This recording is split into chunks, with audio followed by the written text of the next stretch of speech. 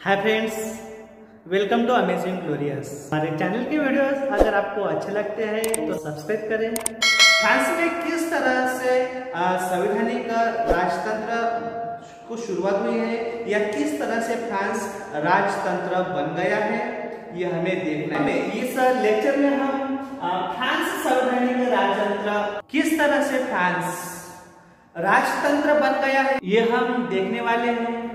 और इससे पहले हमने देखा था कि किस तरह से फ्रांस में 1791 में कॉन्स्टिट्यूशन ड्राफ्टिंग हो गया था। 1791 के बाद फ्रांस में कॉन्स्टिट्यूशन के जरिए कॉन्स्टिट्यूशन क्रिएट करने का या ड्राफ्टिंग करने का उनके पास एक ही ऑब्जेक्टिव था। कोई बता सकता है कि कॉन्स्टिट्यूशन तैयार करने का कौन सा उनके पास उद्देश्य था? Limit the power of monarchy, यानी कि फ्रांस का जो सम्राट है उस सम्राट का जो अधिकार है वो कम होने चाहिए। इस उद्देश्य से उन्होंने कॉन्स्टिट्यूशन लिखा था। हमें मालूम है कि फ्रांस में जब कॉन्स्टिट्यूशन निर्माण नहीं हुआ था तब राजाओं के हाथ में ही सब अधिकार थे। पूरे अधिकार राजा का ही, इसलिए उनको कहा जाता है कि अधिकारों का केंद्रीकरण एक ही व्यक्ति में हुआ था, वो है मोनार्क यानी कि सम्राट। लेकिन कॉन्स्टिट्यूशन के बाद किस तरह से फ्रांस संवैधानिक राजतंत्र बना है ये हमें देखना है। और इसकी शुरुआत कॉन्स्टिट्यूशन से हुई है। एक ही व्यक्तियों में जो अधिकारों का केंद्रीकरण हुआ था उसको उस अधिकारों की अभी डिवाइडेशन हुआ है। किस तरह से, फॉर एग्जांपल हमने इससे पहले देखा है कि फ्रांस में कॉन्स्टिट्यूशन के जरिए लेजिस्लेचर, एग्जीक्यूटिव एंड जुडिशियरी, जिसे हम विधायिका, कार्यपालिका और न्यायतंत्र, मतलब कॉन्स्टिट्यूशन स्थापित करने के बाद फ्रांस में राजाओं के ये जो अधिकार थे,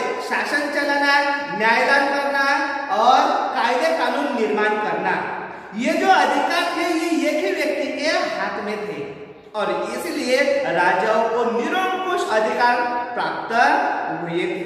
लेकिन कॉन्स्टिट्यूशन के बाद राजाओं के जो अधिकार है उस राजाओं के अधिकारों को डिवाइडेशन किया गया।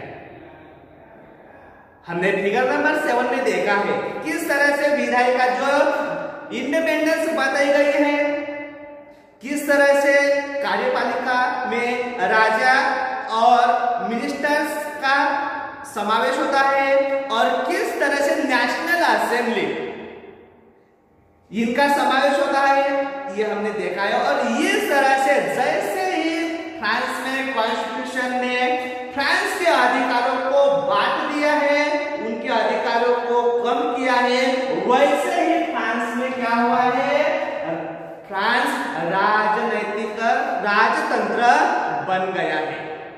और इसके बाद फ्रांस राजनैतिक राजतंत्र बनने के बाद हमने देखा है कि राजाओं के अधिकार कम हुए हैं और जो नेशनल असेंबली निर्माण हुई थी, इससे पहले हमने देखा है कि जो थर्ड स्टेट के जो मिडिल क्लास के लोग हैं उन्होंने अपने आप को वो स्पोकमैन समझते थे फ्रांस में।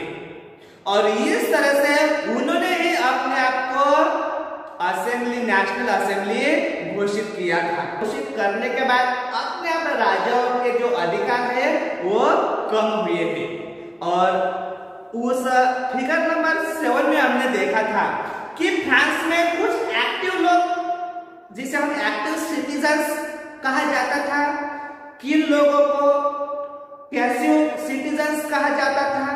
पैसिव सिटीजन्स यानी क्या कि ऐसा माना जाता है कि फ्रांस में जितने भी पॉपुलेशन उस वक्त थी, लगभग 28 मिलियन पॉपुलेशन उस वक्त फ्रांस में थी, उनमें से सिर्फ 4 मिलियन जो पॉपुलेशन है उनको ही वोटिंग के अधिकार दिए थे। यानी कि जो पैसिव सिटीजन्स हैं वो 25 साल के ऊपर के हैं, लेकिन उनको वोटिंग का जो अधिकार नहीं दिया था। उनमें से लगभग पुरुष और महिला इन दोनों का भी समावेश हुआ था ये हम आगे देखने वाले हैं कि इन लोगों को क्यों वोटिंग के अधिकार नहीं दिए थे। लेकिन यहाँ आपके समझ में आना चाहिए कि पैसिव सिटीजन यानी कि फ्रांस में जिन लोगों को वोटिंग का अधिकार नहीं दिया था उनको पैसिव सिटीजन कहते हैं, और उसके बाद एक्टिव सिटीजन हमारे फिगर में बताया है। और जो एक्टिव सिटीजन है जिनको वोटिंग का अधिकार है, और उन लोगों को ही वोटिंग का अधिकार है जो लोग नियर अबाउट मजदूरों की जो 3 दिनों की जो वेजेस रहती है उनके लेवल में इक्वल में अगर वो टैक्स पे करते हैं तो उन्हें ही वोटिंग का अधिकार दिया हुआ था। मतलब इसका अर्थ यह है कि फ्रांस में जो लोग की इनकम ज्यादा है, वेजेस ज्यादा है, या जो लोग टैक्स ज्यादा पे करते थे उन्हीं लोगों को वोटिंग का अधिकार मिला था। मतलब जो क्वालिफिकेशन जो वोटिंग का है वो क्या था, टैक्स पे करना, और मिनिमम कितना, कम से कम 3 दोनों की मजदूरों की जो वोटिंग वेजेस रहते हैं इतने बराबर जो लोग टैक्स पे करते थे उनको वोटिंग का अधिकार हुआ था, जिनको एक्टिव सिटीजन कहा जाता है। और हमारे इस फिगर में बताया है कि लगभग ऐसा माना जाता है कि 28 मिलियन जो पॉपुलेशन थी उनमें से सिर्फ 4 मिलियन पॉपुलेशन को ही एक्टिव सिटीजन्स कहा जाता था कि उनको वोटिंग का अधिकार दिया था। इनमें से कुछ लोग ऐसे थे, 4 मिलियन लोग थे, इनमें से वोटिंग के जरिए 50,000 जो लोग थे जिसे हम इलेक्टोर्स कहते हैं। मतलब 4 मिलियन से जो चुनाव होने के बाद 50,000 लोग इलेक्टर्स रहते हैं। ये भी इनमें से लगभग 745 जो नेशनल असेंबली के जो मेंबर्स रहते हैं वो उनको चुनाव भी करते थे। और इस तरह से नेशनल असेंबली में किस तरह से वो मेंबर बनते थे यहाँ हमें अच्छी तरह से फिगर नंबर 7 में बताया। इस नेशनल असेंबली को ही क्या कहा जाता है, विधायिका कहा जाता है। वो सब फिगर नंबर 7 में बताया है। देखो कि ये जो लेजिस्लेचर है यानी कि विधायिका है, इनका कंट्रोल रहता था। मतलब अभी तक हमने देखा है कि मोनार्क यानी कि सम्राट पर किसी का भी कंट्रोल नहीं था, लेकिन अब राजतंत्र बनने के बाद जो विधायिका लेजिस्लेचर यानी कि जो असेंबली थी, इस असेंबली का राजा पर कंट्रोल प्रस्तावित हुआ है। और किस तरह से, और इस नेशनल असेंबली का एक दोनों पर कंट्रोल रहा था। दोनों कौन से हैं, जो एग्जीक्यूटिव के मेंबर्स थे, और एग्जीक्यूटिव के मेंबर्स कौन थे, एक था किंग यानी कि सम्राट और दूसरा है मिनिस्टर्स। ये एग्जीक्यूटिव मतलब कार्यपालिका में जिन लोगों का समावेश होता है, इससे पहले इन पर किसी का ही कंट्रोल नहीं था। लेकिन अब नेशनल असेंबली नियर अबाउट 745 जो मेंबर्स रहते हैं, इन मेंबर्स का इन मिनिस्टर्स और राजा पर नियंत्रण यानी कि कंट्रोल रहता है। ये हमें एरो से बताया है। लेकिन ये एरो राजाओं का नेशनल असेंबली की तरफ बताया है, जिसे वेटो कहा। वेटो यानी जिसे हम निषेध या नकाराधिकार भी कह सकते हैं। नकाराधिकार यानी क्या कि कुछ हद तक वो राजा वो किस तरह से असेंबली कंट्रोल में ला सकते हैं, उस कंट्रोल को वो नकाराधिकार कह सकता है। लेकिन वो कितना भी नकाराधिकार या वेटो कहे तो फिर भी इस पर कंट्रोल रहता ही है। इस तरह से ये एग्जीक्यूटिव और लेजिस्लेचर का एक्सप्लेनेशन इस तरह से हमें बताना आता है। और उसके बाद जो स्पेशल रहा है वो जुडिशियरी रहा है, यानी कि न्यायपालिका, जिसे जज के जरिए कार्य चलता है। और इनका जो इनडायरेक्टली इनकी इलेक्शन होता है। जिस तरह से नेशनल असेंबली को कौन चुनते हैं, जो 50,000 लोग थे, 50,000 लोगों को कौन चुनते हैं, जो 4 4 मिलियन लोग हैं जो एक्टिव सिटीजन्स कहा जाता है। लेकिन जो जुडिशरी है वो इनडायरेक्ट उनका इलेक्शन रहता है और इसी तरह से ये जुडिशरी राजा और नेशनल असेंबली को, इन जुडिशरी को फ्रांस में कायदे और कानून निर्माण करने का और न्यायतंत्र प्रस्तावित करने का, न्यायदान करने का इनके ऊपर जिम्मेदारी दी गई। देखो यहाँ पर बताया है the constitution of 1791 vested the power to make laws in the national assembly. देखो मतलब 1791 को जब कॉन्स्टिट्यूशन को शुरुआत हुई थी, उस कॉन्स्टिट्यूशन ने कायदे और कानून निर्माण करने का जो जिम्मेदारी थी वो नेशनल असेंबली को दी थी और which was indirectly elected। और जो जुडिशरी के जो लोग थे जिसे हम इनका ही इनडायरेक्टली इलेक्टेड होता था, जो अप्रत्यक्ष रूप से वो चुनी जाती थी, ऐसा भी हम कहते हैं। That is citizen voted for a group of electors. इससे पहले हमने देखा है कि किस तरह से लोगों का ग्रुप इलेक्टर्स का बनाया जाता था कि किन लोगों को वोटिंग का अधिकार है, ऐसा ग्रुप बनाया जाता था और उसी ग्रुप से कुछ लोग चुने जाते थे। फॉर एग्जांपल एक्टिव सिटीजन्स, ऐसा ग्रुप बनाया जाता था।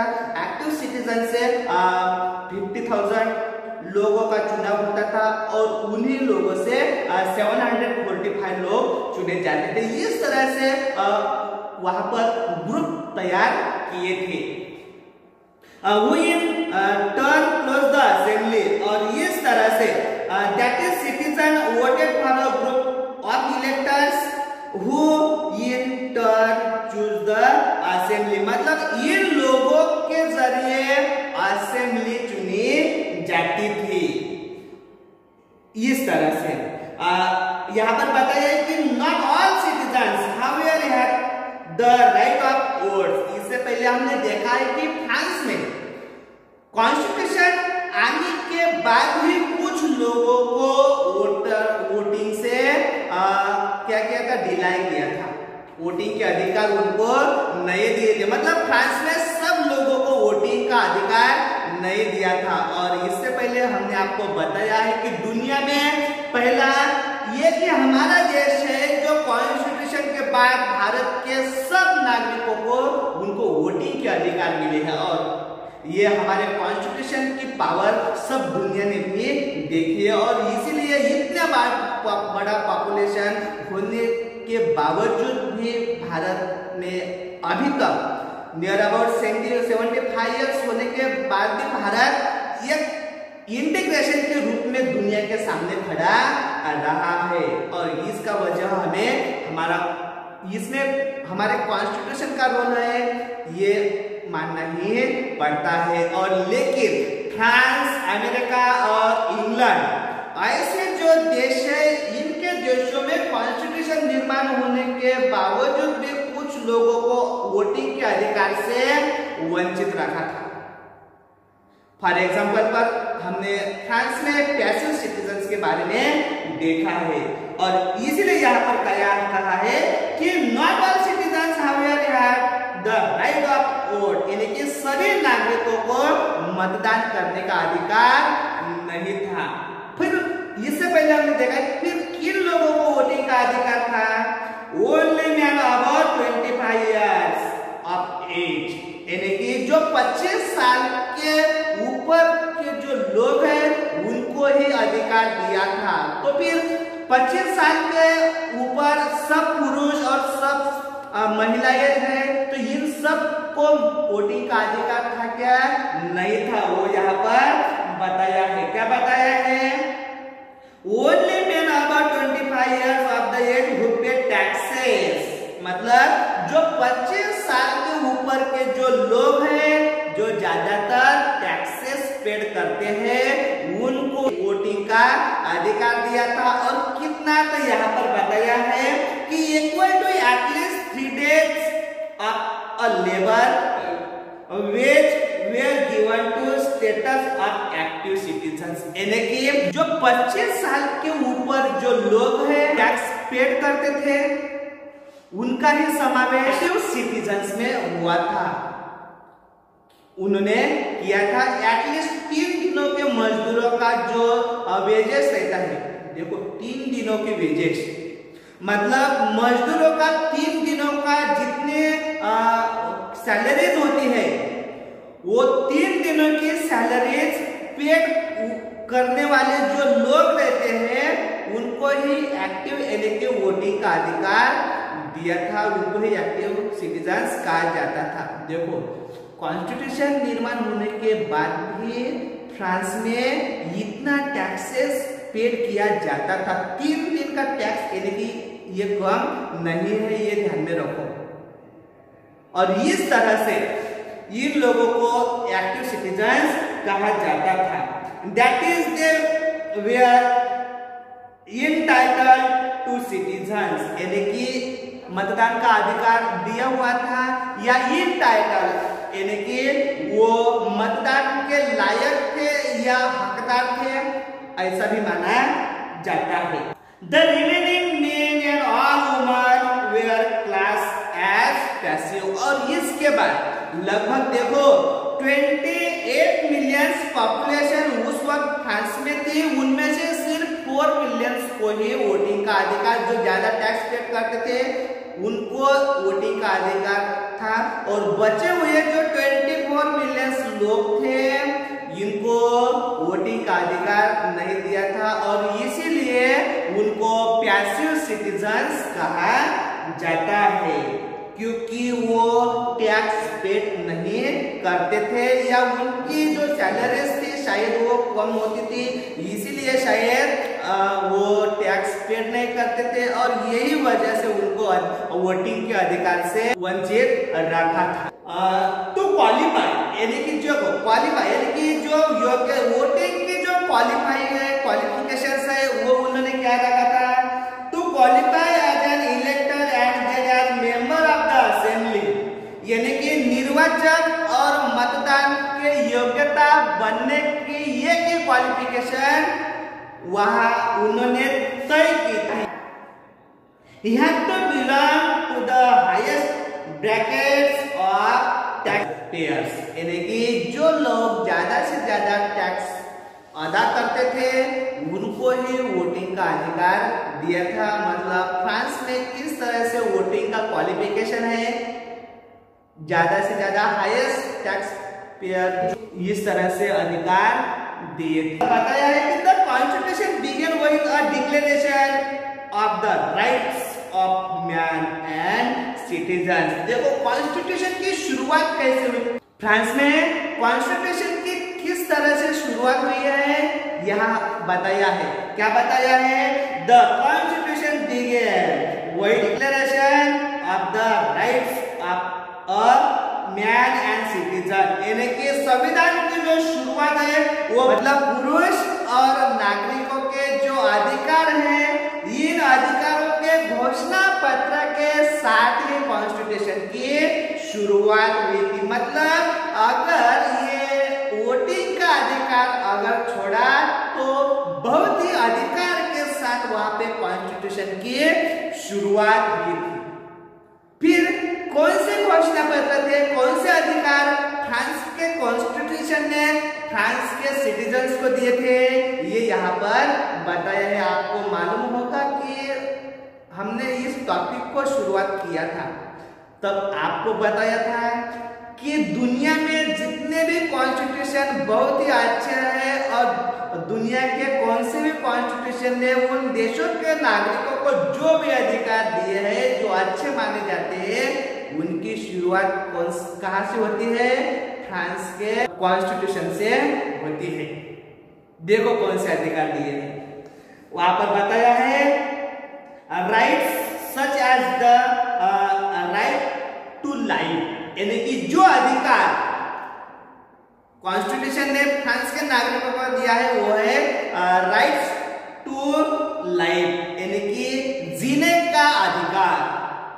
देखो जीने का अधिकार मतलब हम कितना भी चाहे, अगर हम अच्छी हमारी ऐसी इच्छा हो सके कि हमें जीना नहीं चाहिए अभी, ऐसी थिंकिंग तो नहीं होना चाहिए, लेकिन ऐसी थिंकिंग आती है तो उसे मरने का भी अधिकार नहीं है। किन्हीं लोगों को मरने का अधिकार नहीं है। ये अधिकार मतलब जीना ही चाहिए। देखो कितना राइट सही है, कितना बड़ा राइट सही, जीने का अधिकार। और इसीलिए जो क्रिमिनल्स रहते हैं, जो इस तरह से लोगों को मारने का उनको अधिकार, अगर अपने आप को मारने का अधिकार नहीं तो तुम लोगों को कैसे मार सकते हैं। ये जो इतना बड़ा व्यूज यहाँ हमें देखने को मिलता है, जिसे हम जीने का अधिकार कहते हैं। फॉर एग्जाम्पल इसके कुछ लिमिटेशन भी रहते हैं। फॉर एग्जाम्पल अगर किसी को बीमारियां अच्छी हुई, वो फैल रही है, लोग ऐसी बीमारियां होती है और उनको बहुत ही ज्यादा पेन होता है, और उनकी पेन अगर वो स्प्रेड ज्यादा फैलती है और स्प्रेडिंग होने के बाद लोगों को भी अगर अच्छा नहीं लगा, लोगों का जीवन भी अगर असह्य हो जाता है, तो फिर हमारा कानून शायद 0.1 से 1 पॉइंट भी ऐसे लोगों को अधिकार दिया जाता है कि उसको अभी ये अच्छा समाज के लिए और उनके लिए ही ये अच्छा नहीं है, इसी के बाद भी उनको ऐसे अधिकार दिया जाता है। और इसीलिए ये जो अधिकार फ्रेंच को उनके कॉन्स्टिट्यूशन में बताया गया है, जिसे हम जीने का अधिकार कहते हैं। इसके बाद फ्रीडम टू स्पीच, हमें भाषण स्वातंत्र कहते हैं। स्पीच का हमें अधिकार है, लेकिन हम कहीं भी कैसे ही भाषण दे सकते हैं, लेकिन उस पर अगर हम नैतिकता से अगर हम देखते हैं तो उसमें कुछ लिमिटेशन होनी चाहिए।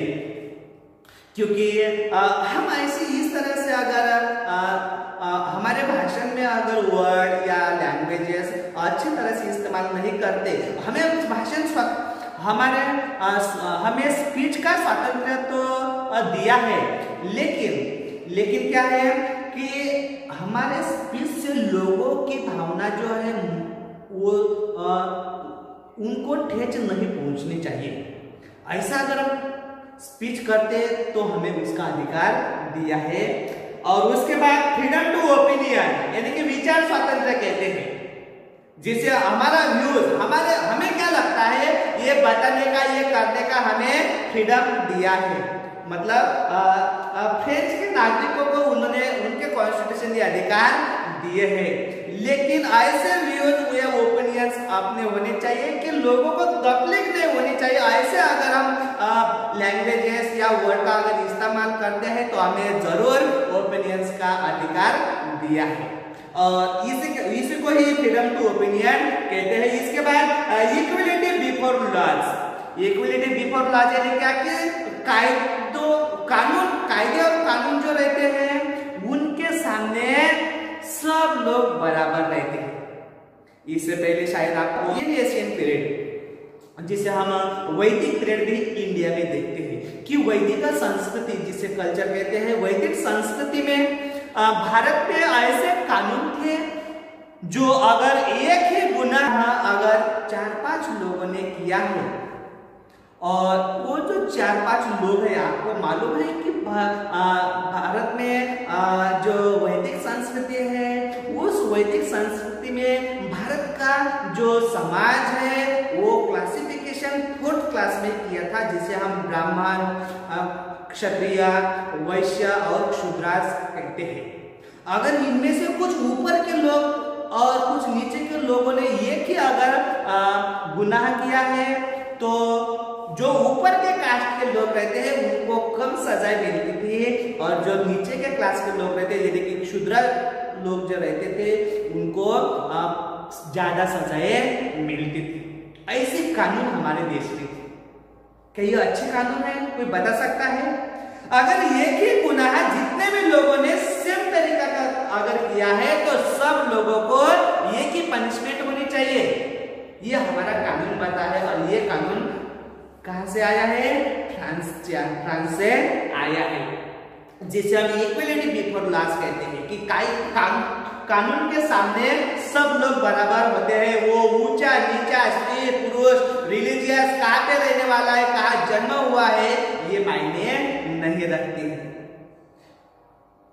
इसी के बाद we are established and as natural and inalienable rights, और इसी को नैसर्गिक इनएलिजिबल यानी कि जिसे हम अहस्तांतरणीय अधिकार कहते हैं। अहस्तांतरणीय यानी क्या कि जिसे ट्रांसफर या शिफ्टिंग किया नहीं जाता, जिसे हम हमारे जो अधिकार है वो दूसरों को नहीं दे सकते हैं। ये अधिकार फ्रांस के कॉन्स्टिट्यूशन ने उन के नागरिकों को दिया है। फॉर एग्जाम्पल यहाँ पर बताया है, देखो, that is they belong to each human being by birth, और ये जो अधिकार है यो उनको जन्म से ही प्राप्त हुए थे।